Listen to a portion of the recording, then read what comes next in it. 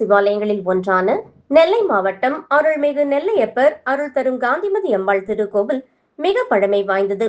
முன்னொரு காலத்தில் வேத சர்மா இறைவனுக்கு திருமுது படைக்க காயப்போட்டிருந்த நெல் மழையினால் நனையாதபடி வேலியிட்டு காத்ததால் இறைவன் திருநெல்வேலி நாதர் என சிறப்பு பெயர் பெற்று ஊருக்கு திருநெல்வேலி என பெயர் வர காரணமானவர்.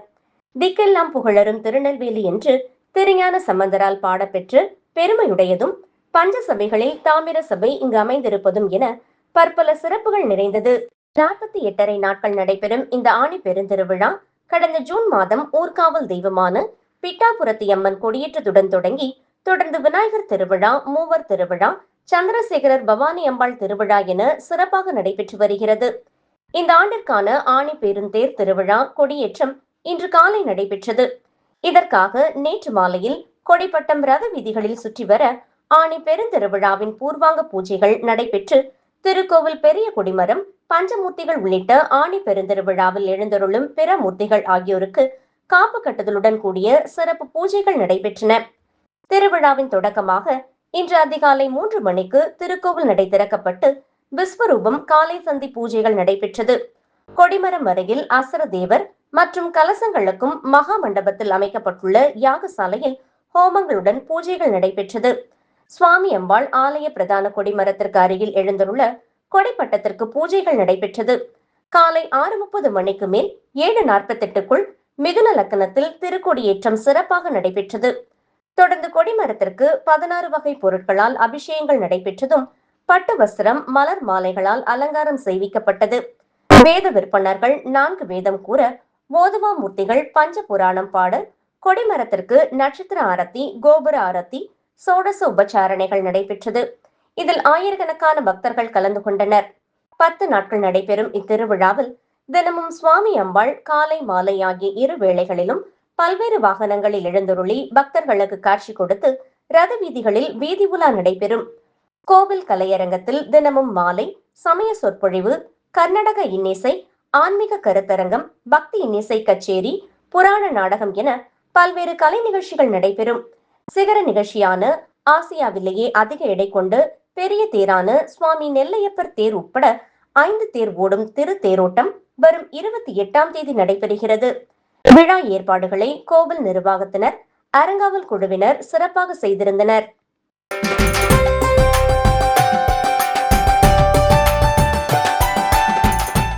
நாமக்கல் மாவட்டம் மோகனூர் பகவதி அம்மன் ஆலயத்தில் ஆணி மாத வளர்ப்பறை பஞ்சமியை முன்னிட்டு இங்குள்ள ஸ்ரீ வராகி அம்மனுக்கு பஞ்சாமிர்தம், தேன், பால், தயிர், இளநீர், திருமஞ்சனம், குங்குமம், மஞ்சள், சந்தனம் கொண்டு சிறப்பு அபிஷேகமும் பின்னர் சிறப்பு அலங்காரம் செய்யப்பட்டு மலர்களால் அர்ச்சனை செய்த பின் பஞ்சதீபம் உட்பட மகாதீபம் காண்பிக்கப்பட்டது. இதில் ஏராளமான ஸ்ரீ வராகி அம்மன் பக்தர்கள் கலந்து கொண்டு வணங்கினர். வருகை புரிந்த அனைவருக்கும் அன்னதான நிகழ்வு நடைபெற்றது.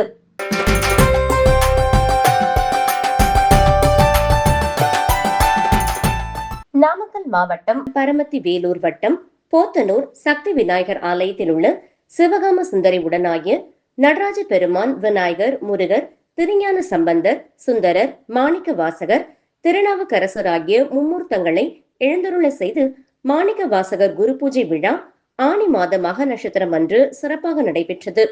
விழாவின் நிகழ்வாக காலையில் விநாயகர் பூஜையுடன் விழா ஆரம்பிக்கப்பட்டு திருவாசகம் என்னும் ஞான வேள்வி காலை 9 மணி முதல் மாலை 6 மணி வரை திருவாசகத்தில் உள்ள அனைத்து பாடல்களும் முழுமையாக பாடப்பெற்றது. இதில் ஒரு பாடலின் முடிவிலும் நடராஜ பெருமானுக்கு உதிரி பூக்களினால் அர்ச்சனை செய்து தீபாராதனை காண்பிக்கப்பட்டது. அதனைத் தொடர்ந்து திருவாசக முற்றோதல் முடிந்தவுடன் மகா தீபாராதனை காண்பிக்கப்பட்டது. விழாவில் கலந்து கொண்ட சிவனடியார்கள் மற்றும் அடியார் பெருமக்களுக்கு அருட்பிரசாதமும் அன்னதானமும் வழங்கப்பட்டது. விழா ஏற்பாட்டினை போத்தனூர் சிவ திரு சிவகுமார் ஐயா சிறப்பாக செய்திருந்தார்.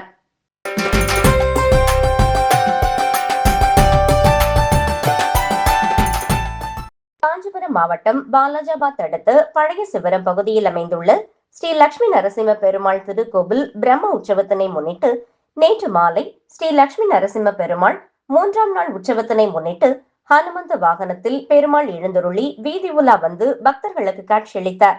ஏராளமான பொதுமக்கள் பெருமாளுக்கு தீபம் காண்பித்து தரிசனம் செய்தனர்.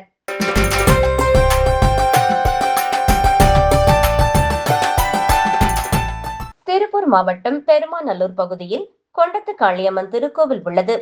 திருக்கோவிலில் அருள்மிகு கொண்டத்து காளியம்மனுக்கு பால், தயிர், இளநீர், சந்தனம், பஞ்சாமிர்தம் உள்ளிட்ட பல்வேறு நறுமண திரவியங்கள் மூலம் சிறப்பான முறையில் அபிஷேகம் நடைபெற்றது. அதனைத் தொடர்ந்து வெள்ளி கவசம் அணிவிக்கப்பட்டு பல்வேறு விதமான மலர் மாலைகளும் தங்க ஆபரணங்களும் சூடி சிறப்பான அலங்காரத்தில் காட்சியளித்தார் அருள்மிகு கொண்டத்து காளியம்மன். அதைத் தொடர்ந்து உதிரி பூக்களினால் அர்ச்சனைகள் செய்து பல்வேறு விதமான தீபாராதனைகள் காட்டப்பட்டன. இதில் ஏராளமான பக்தர்கள் கலந்து கொண்டு அருள்மிகு கொண்டத்து காளியம்மனின் அருளை பெற்று சென்றனர்.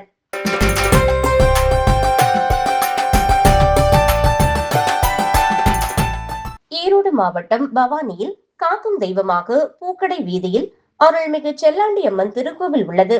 திருக்கோவிலில் அருள்மிகு செல்லாண்டி அம்மனுக்கு பால், தயிர், இளநீர், சந்தனம், பஞ்சாமிர்தம் உள்ளிட்ட பல்வேறு நறுமண திரவியங்கள் மூலம் சிறப்பான முறையில் அபிஷேகம் நடைபெற்றது.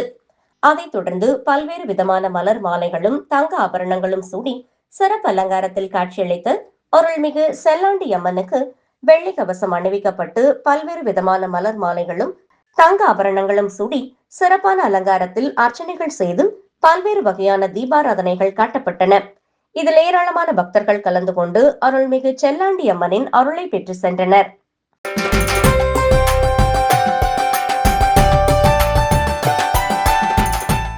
நாமக்கல் மாவட்டம் பரமத்தி வேலூர், போத்தனூர் மேற்கு வண்ணாந்துறையில் உள்ள பச்சை மலையின் மேல் உள்ள பாலதண்டாயுதபாணி சுவாமி ஆலயத்தில் ஆனி மாத வளர்ப்பறை சஷ்டியினை முன்னிட்டு பாலதண்டாயுதபாணி சுவாமிக்கு பஞ்சகவ்யம், பால், தயிர், இளநீர், சந்தனாதி தைலம், திருமஞ்சனம், மஞ்சள் பொடி, தேன், நாட்டு சர்க்கரை, கரும்பு பால், அரிசி மாவு, மா, பலா, வாழை, மாதுளை, ஆப்பிள், ஆரஞ்சு, சாத்துக்குடி, பேரிச்சம்பழம், திராட்சை, எலுமிச்சை மற்றும் வாசனை திரவியங்களான பன்னீர், சந்தனம், ஸ்வர்ண அபிஷேகத்துடன் கலசாபிஷேகம் போன்ற 27 வகையான அபிஷேகங்கள் செய்து சுப்பிரமணியர் அலங்காரம் செய்து சோடச உபச்சாரம் செய்யப்பட்டது. அதனைத் தொடர்ந்து முருகப்பெருமானுக்கு பல வகை வாசனை மலர்களால் 108 அஷ்டோத்திர மந்திரங்களினால் அர்ச்சனை செய்து அடுக்கு ஆராத்தி, பஞ்ச ஆராத்தி, ஏக ஆராத்தியுடன் மகா கற்பூர தீபாராதனை காண்பிக்கப்பட்டது. இதில் திரளான பக்தர்கள் கலந்து கொண்டு சுவாமி தரிசனம் செய்தனர். விழாவில் கலந்து கொண்ட அனைவருக்கும் மகா அன்னதானமும் அருட்பிரசாதமும் வழங்கப்பட்டது.